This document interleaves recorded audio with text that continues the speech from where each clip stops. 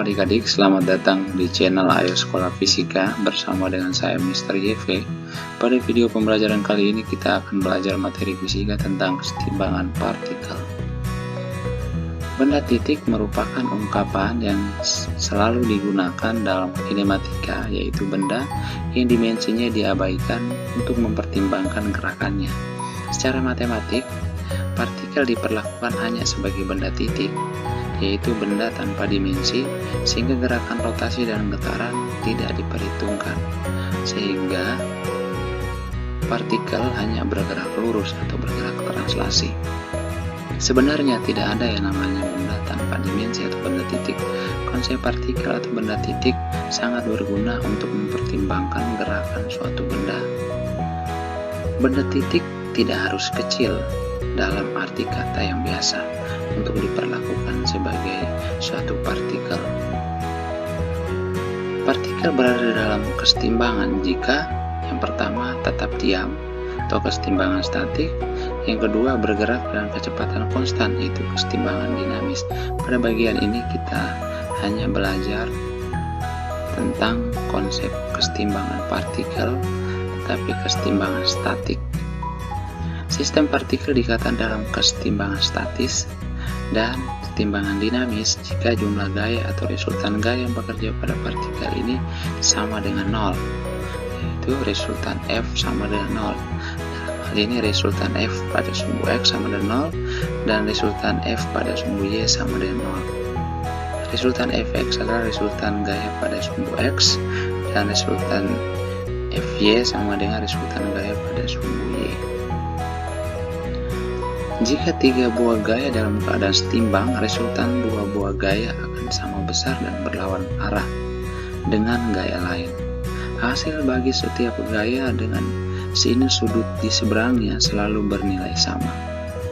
Oke, kita masuk pada bagian contoh soal. Kita lihat contoh soal yang pertama. Sebuah pot bunga P yang bermassa 12 Newton digantung dengan tali ringan seperti ditunjukkan pada gambar. Besar tegangan tali T1 dan T2 adalah, kita lihat untuk gaya P yaitu gaya berat pot, sudut di seberangnya adalah 90 derajat. Sedangkan untuk gaya T2 yaitu 120 derajat. Dan untuk gaya T1 sebesar sudutnya itu 150 derajat.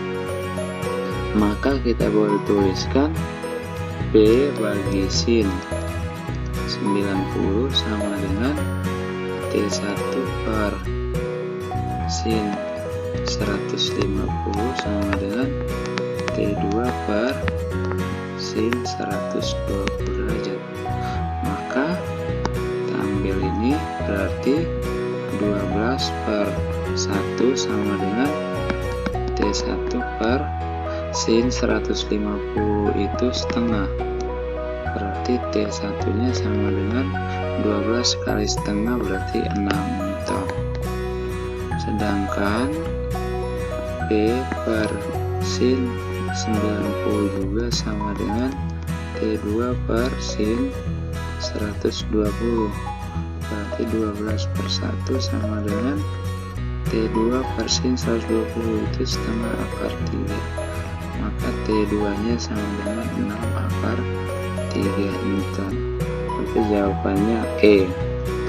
Kita lihat soal yang kedua. Tiga buah gaya bekerja pada salah satu titik seperti gambar. Jika F1 nya sama dengan 120 Newton, besar F2 dan F3 adalah, oke, kita lihat dari gambar. F1 sudut yang di seberangnya 127 derajat, F2 143 derajat, dan F3 sebesar 90 derajat. Maka kita boleh tuliskan F3 per sin 90 derajat sama dengan F2 per sin 143 derajat sama dengan F1 per sin 127 derajat. Maka kita bisa menentukan besar dari F2 dan F3 yaitu F3 per sin 90 sama dengan F1 per sin 127.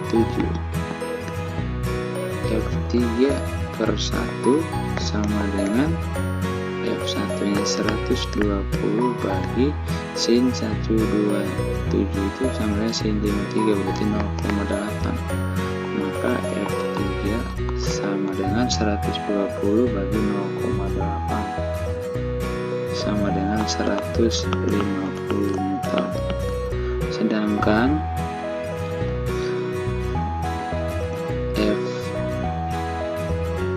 F2 nya sama dengan kita peroleh dari F2 per sin 143 derajat sama dengan F3 per sin 90 derajat. Berarti F2 per sin 143 itu sama dengan sin 37, berarti 0,6 sama dengan F3 nya 150 bagi 1. Berarti F2 nya sama dengan 150 kali 0,6 sama dengan 90 Newton. Berarti F2 nya 90 Newton, F1 nya 150. Jawabannya C. Oke, kita lihat soal yang ketiga. Jika sistem partikel di bawah ini dalam keadaan setimbang, besar T4 adalah, besar tegangan tali T4 adalah, oke, seperti yang ditunjukkan pada gambar, T4 kita bisa uraikan ke dalam T4X dan T4Y. Untuk sistem kedua titik ini, kita dapat tuliskan pada sumbu Y sama dengan 0. Berarti T1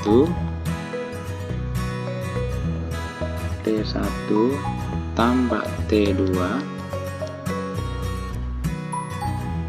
kurang P kurang T4Y sama dengan 0. Berarti T1 nya 20 tambah 60 kurang 50 sama dengan T4Y. Maka T4Y sama dengan 30 Newton. Oke, kita lihat pada sumbu Y, ini pada sumbu X, ini pada sumbu X. Sekarang resultan pada sumbu X sama dengan 0 karena sistem dalam keadaan kesetimbangan statis.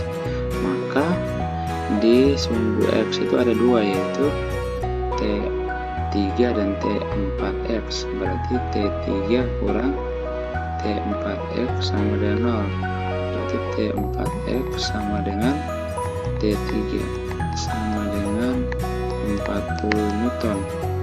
Berarti ini sudutnya siku-siku, maka T4 itu sendiri sama dengan akar dari T4X kuadrat tambah T4Y kuadrat sama dengan akar dari 40 kuadrat tambah 30 kuadrat. Berarti T4 sama dengan 50 Newton. Oke, kita lihat soal yang keempat.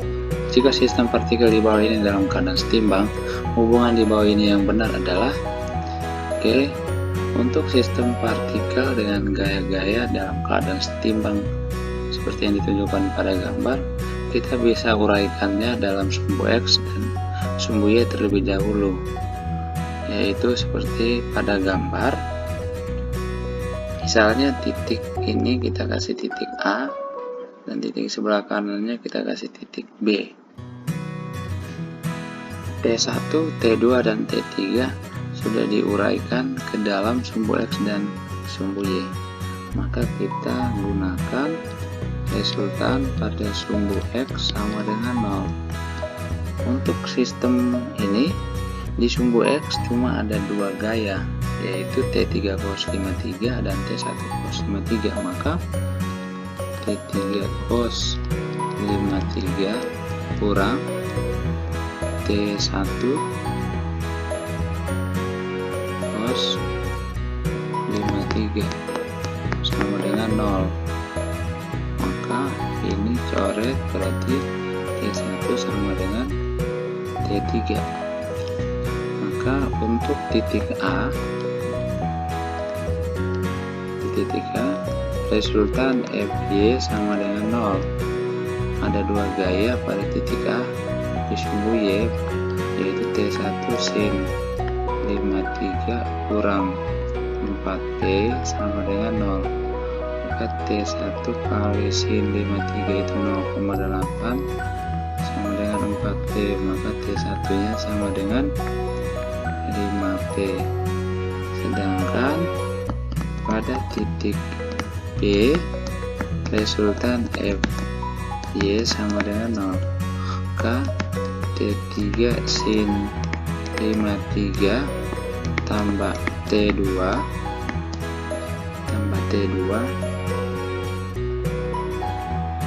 sama dengan tambah T2 kurang 6P sama dengan 0.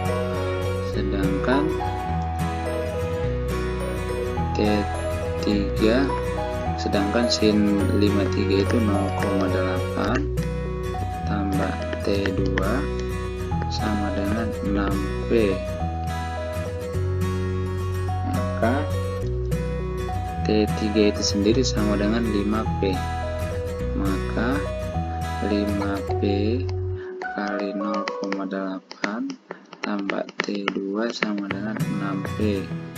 Ini T2 nya sama dengan 6P kurang 5P kali 0,8 itu sama dengan 4P. Maka T2 nya adalah 2P. Sehingga kesimpulannya, pernyataan yang benar adalah T1 sama dengan T3 dan lebih kecil dari T2, yaitu pernyataan B.